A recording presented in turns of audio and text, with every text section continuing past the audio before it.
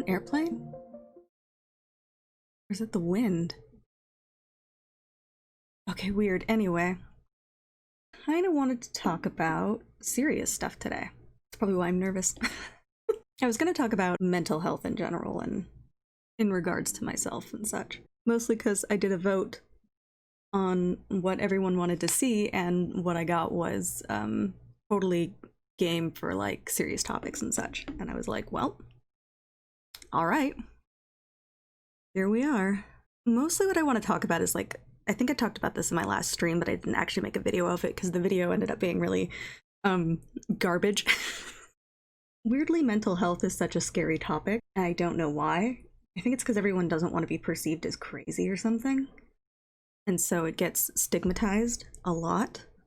It's really unfortunate because I think the more we stigmatize it, the more people don't get help that they need. And that's unfortunate. There's another stigma, specifically in regards to mental health, that is medications and such. People are always very, very weird about talking about needing medication or not needing medication. It has always bothered me because sometimes people have chemical imbalances in their head, and it's not something that you can just talk away. It is a scientifically proven imbalance of your hormonal chemicals and other sort of stuff like serotonin, and it's just an imbalance. And sometimes the only way to fix that imbalance is with medication. I don't feel like that should be something someone should be embarrassed about.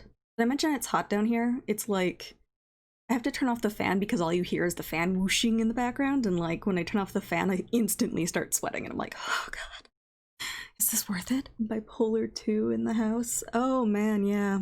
Bipolar specifically hard because it fluctuates so much, and you can never like just be like, well, I'm just depressed. You know, it's like you have those good days and you have those bad days, and they're just more extreme than most people. And that's, I always find really unfortunate because it's hard for both the person who has it and it's hard for the people who have to deal with the people who have it. So one of those difficult things. Anyway, depression is another one that people find really hard to deal with in other people because they do the whole like, why can't you just be happy? Without really considering the fact that maybe this person chemically can't be. Maybe their brain is just not producing that particular hormone or that particular chemical that makes them happy. Or maybe it's producing too much of something else that blocks that from happening. It's funny how many people since quarantine had started and since the whole pandemic had started, how many people are like, I'm gonna get stuff done, I'm gonna get stuff done, and then no one gets anything done. And everyone wonders why. And it's like, well, did you consider the fact that, you know, you're in a lot of stress? You're in a situation where, like, you can't go anywhere half the time, and, you know, you're afraid of going anywhere because you might get someone sick or someone else might get sick from you. And then, honestly, yeah, you're gonna run into, like, emotional burnout. When you're emotionally burnt out, you just can't do things. It's like having depression. Except you can bounce back from it normally. And sometimes you need assistance, and I don't know, sometimes your body fixes itself, which is possible. Not always, but it's possible. Like, I'm never against trying homeopathic remedies, but if you see a professional and they tell you you need medication, there's nothing wrong with needing medication. I'm around other people who I would like to not be affected by my issues. And I have issues. Who doesn't? But like, yeah. I was actually going to talk a bit about that, which made me really nervous and made it hard to get on stream. I kind of was like avoiding it for a bit, and I've been playing with the idea of talking about this sort of thing for a while now, but it's hard. Because again, like, no one wants to talk about their mental issues because everyone's worried about what someone's going to think of them. So that and some issues come with like a lot of history, you know, things like PTSD and all that, which is my primary problem. I've been to a therapist, I've been to a psychologist, psychiatrist, and, you know, got all my stuff sorted out, and currently I'm awesome. I feel good, happy to be around people, I can feel my emotions, I can feel things in general, and like, I'm okay, you know? I've never been so okay, let alone happy, in my life, to be perfectly honest. And it's 100% because I'm on medication. Which, I suppose if you want to think about it in a depressing way, yeah, that could be depressing because it means I'll be dependent on it for the rest of my life in order to be happy. But quite honestly, I don't care. I think when you go long enough without knowing what happiness is, and then you experience it for like the first time, you don't want to let that go. You know, it's something that you want to like desperately hold on to, and I will. I will hold on to that feeling for as long as I possibly can. And if that involves medication, so be it. I guess I'm just tired of people poo-poo-pooing on other people for needing to take meds or something. So for me in particular, got a lot of PTSD, really. There's other things involved, but it's from being, it's from having a particularly difficult life, I should say. That's the delicate way to put it. Did not have an easy time. And it's hard to talk about because it's really intensely personal. And, you know, not everybody's ready for that anyway. It's interesting how much things can affect you without you even realizing it, because I went a huge chunk of my life without realizing there was anything wrong. I just never thought there was anything wrong with me, and I just assumed that everybody else had a problem and there was nothing wrong with me. Boy, oh boy. It's actually the first thing I said to my therapist when I came in. It said, I don't feel like I need to be here, but my wife thinks I should get help. Not in a, like, get help, but more like in a, maybe this is something we should consider. She's very, very kind about it. And I wanted to be a better person for her. I told the psychiatrist, I don't think I need to be here, but I'm here because she wants me to be here. And I'm fine the way I am. I don't feel like I have a problem. Which again is one of those like classic, I don't have a problem, I'm fine. You have a problem. You're the one crying. And it took going to a therapist to really hash out the fact that, yeah, I have a problem. The hardest thing is admitting that maybe you're not okay. But yes, like I knew I had issues. I just didn't consider therapy as a solution, I guess. I didn't think there was any solution. I just felt like you dealt with your problems and that was it. And it didn't occur to me that there was another option. Man, therapy's hard. Therapy's hard for a couple of reasons. A, you have to find the right therapist for you, because the wrong therapist can really mess you up. Just straight up. That's how it can be. And honestly, cognitive therapy works 50-50. So 50% of the time it works and 50% of the time it doesn't. Like, you have to have the desire to fix it. If you're going to therapy and you don't care and you don't want to fix it, and you have no desire to get better or admit that you even have a problem, it's not going to work. You know, you have to have the desire and the want to fix something. My wife has had some really terrible run-ins with some really just awful therapists, and wow, 10 out of 10 would not recommend for that. So yeah, it's one of those, like, if you don't feel like you're meshing with your therapist, don't feel bad about dropping them like a rock.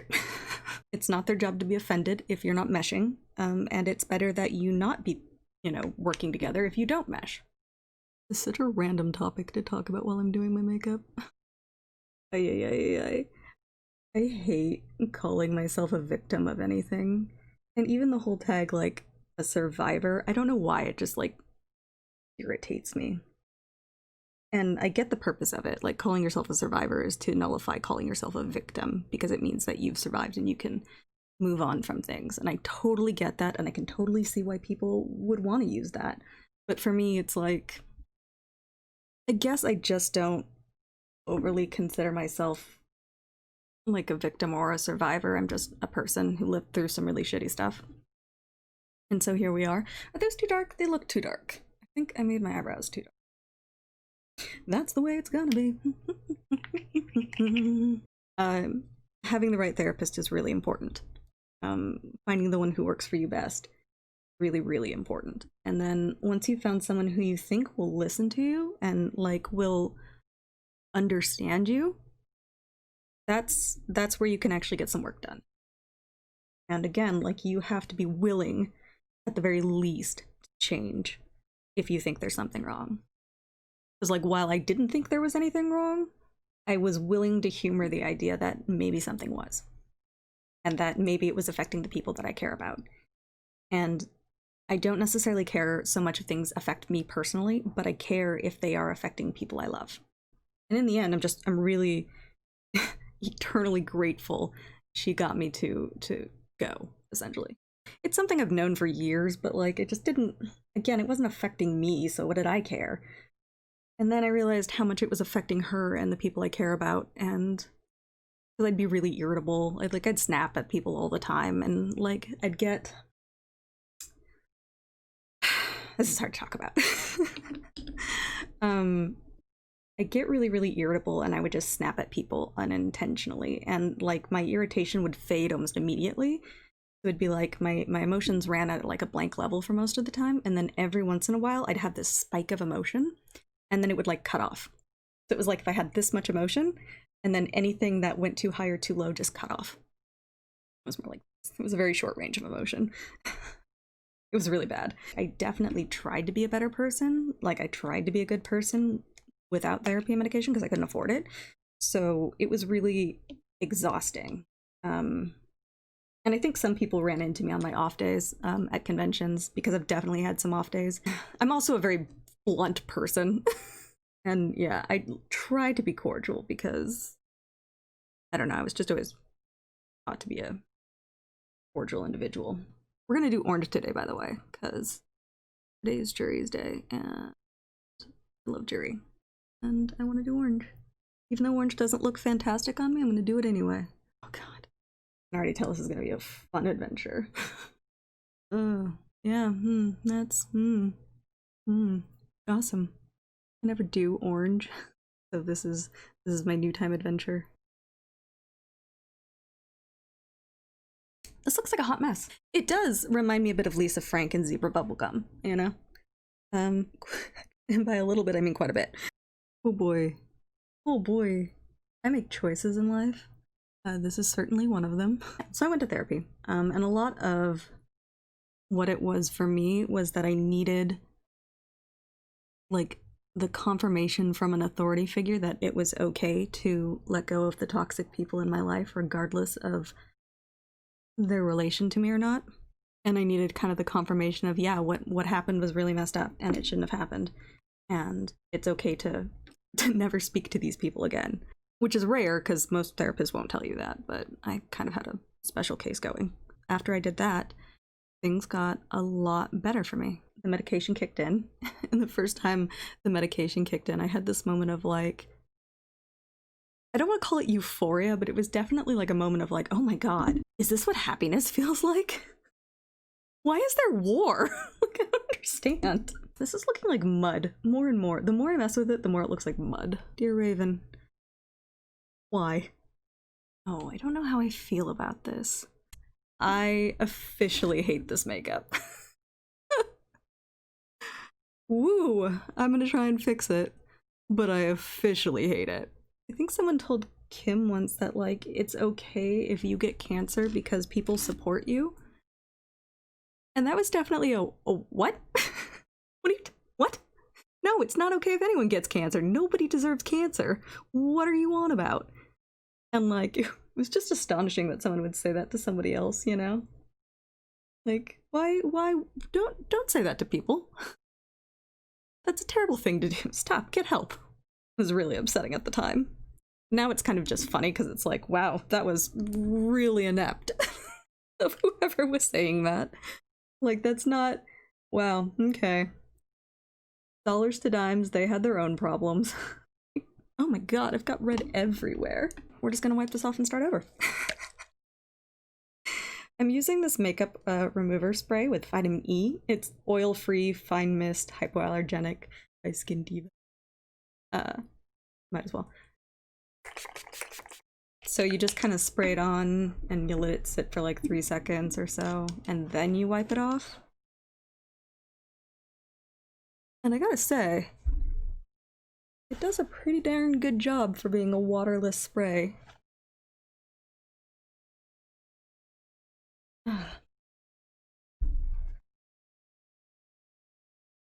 When things don't go your way. Time to fix my mess. Anyway, This is for sure cheap makeup. We're here. Let's do it again. You have good days and bad days still. Like that doesn't change. It's just you're more able to deal with them. Like I had a recent incident where I forget I have PTSD until I have some kind of response to something.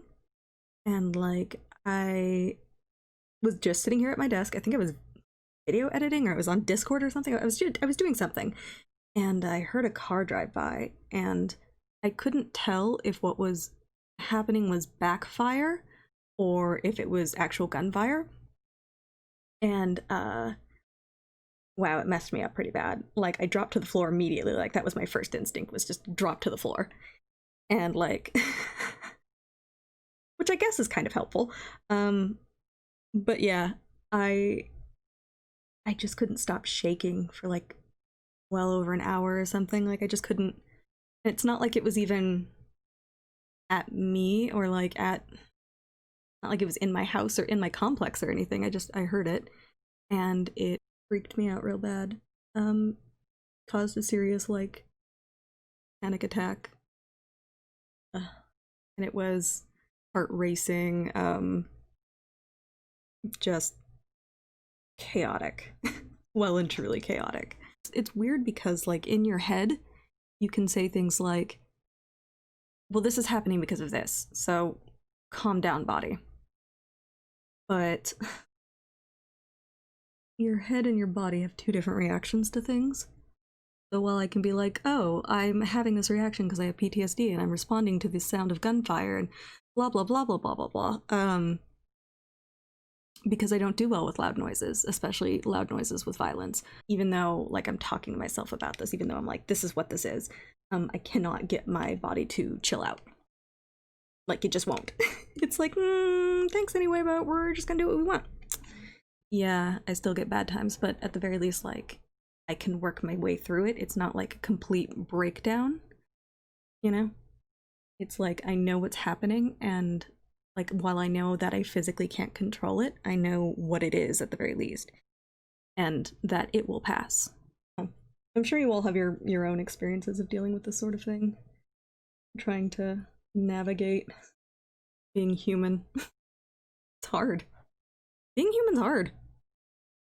I guess that's okay. Cons were hard to deal with.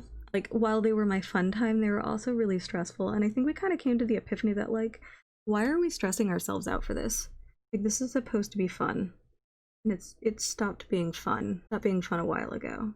And maybe we shouldn't do it if we're not having fun, because that was the whole point of it in the first place. So yeah, so we eventually just stopped going to conventions and just like for a while just did like photo shoots and stuff. Because I like to make things, just didn't want to necessarily be around the crowds or the really terrible hotel staff. And then after a while it just got exhausting to keep up with that and to keep up with everybody else. Because there's a lot of like keep up with the Robinsons happening. Yeah. Hard to talk and put on eyeliner at the same time. I always have a rough time with this. Yeah, okay. A little heart. I love this stamp. It's a double stamp eyeliner thing. Can you see? There it is. Maybe. Maybe. Whatever. They come in different styles, so there's like a flower, a moon, a star, and a heart. And I got all four.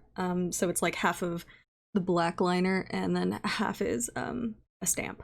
So like that end's my stamp end. That end is my liner end. Yeah, they're really, really cool. I personally love them and I use them quite often. And I find that usually the liner stays on really well. Like it doesn't just come off. It dries almost immediately and it's really useful. This is the stuff I haven't tried before. This is Villa XXXXX. Talking about mental health is hard. We shouldn't feel as weirdly ashamed as we do about it. We should be able to talk about this, and we should be able to talk about medications and not be weird about that. And I think... Alright, I can deal with that. You know what? Let's go with the lip tint since I got it out. God, it's hot pink. Totally talk about whatever you're comfortable with. I do think sharing that kind of vulnerability could be helpful, but you have to be comfortable with sharing. Oh yeah, that's hot pink. Yeah, I've had years to be comfortable with things. For me, it's more a matter of like, I don't want to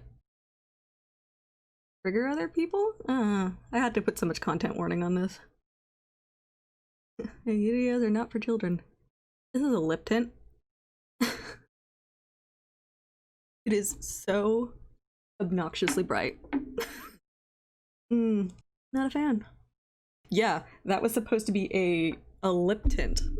I beg to differ. I don't think you know what a lip tint is. Like, my chapstick is a lip tint. Like, here we are.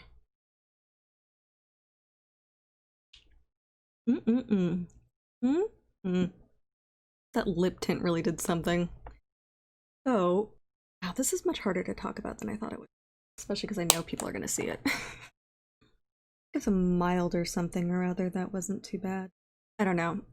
A lot of my issue comes from my very unstable parent and not having stable parents in general. I think technically my makeup's done, but we can continue this conversation anyway. Where should I go with this? So, personal stories.